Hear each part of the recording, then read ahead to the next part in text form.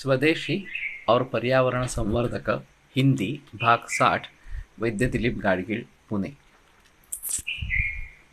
तो मैं डीन अर्निश के बारे में बताना चाहता था कि उन्होंने ये सिद्ध किया कि अगर हम जीवन शैली में बदलाव लाएंगे और योग प्रैक्टिस करेंगे तो ये हार्ट में जो ब्लॉकेजेस होते हैं, रुकावट आती है, उसको हम दूर कर सकते हैं। तो उनकी फीस $10,000 पर ईयर इस प्रकार की रहती थी और वो उसमें किताबें देते थे। एक बरस में 3-4 बार कांटेक्ट सेशंस उनके रहते थे और जहाँ पे जीवन शैली के बारे में मार्गदर्शन वो करते थे।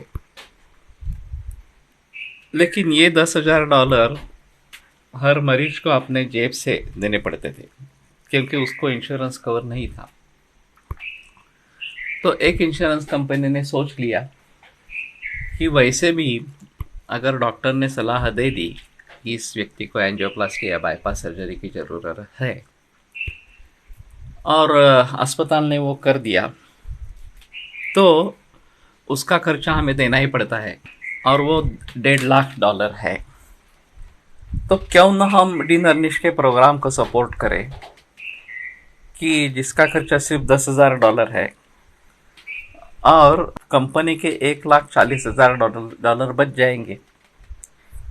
और वैसे इसमें कंपनी को कोई नुकसान नहीं है क्योंकि हम तो कंसेंट लेके ही करेंगे कि मैं खुशी से डीन अर्निश प्रोग्राम में जा रहा हूँ और मैं बाईपास सर्जरी नहीं करवाना चाहता, तो लीगली कोई प्रॉब्लम नहीं है उसमें। तो इन्होंने शुरुआत कर दी और फिर दोनों को फ़ायदा इस प्रकार का हुआ।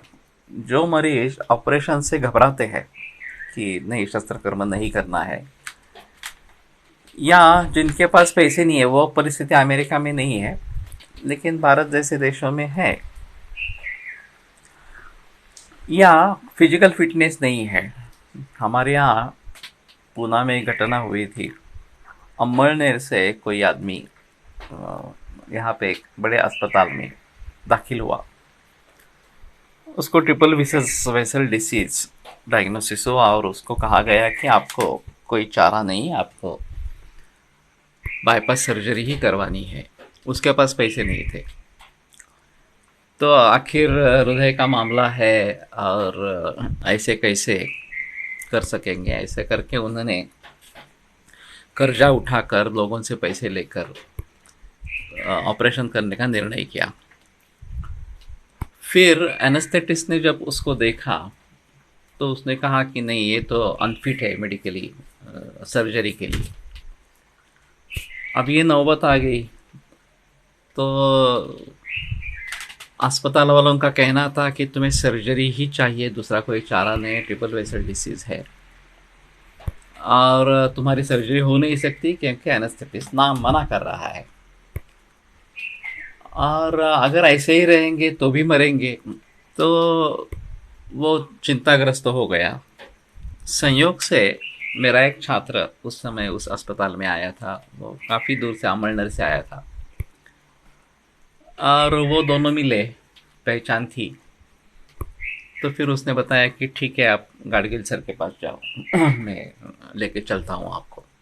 वो मेरे पास आया, हमने पूरी हिस्ट्री ले ली और दवाइयाँ शुरू कर दी। तो करीबन 2-3 बरस तक उसने दवा ली और फिर सिम्टम्स से भी गायब हो गए, कुछ नहीं था। बाद में उसने दवा बंद कर दी। कहने का मतलब ये है कि इसमें सर्जरी एकमात्र चिकित्सा है ऐसा तो है नहीं। एलोपैथी में भी एक्चुअली मेडिकल मैनेजमेंट है, लेकिन वहाँ पैसा कहाँ मिलता है? पैसा जो मिलता है वो सर्जरी में ही मिलता है।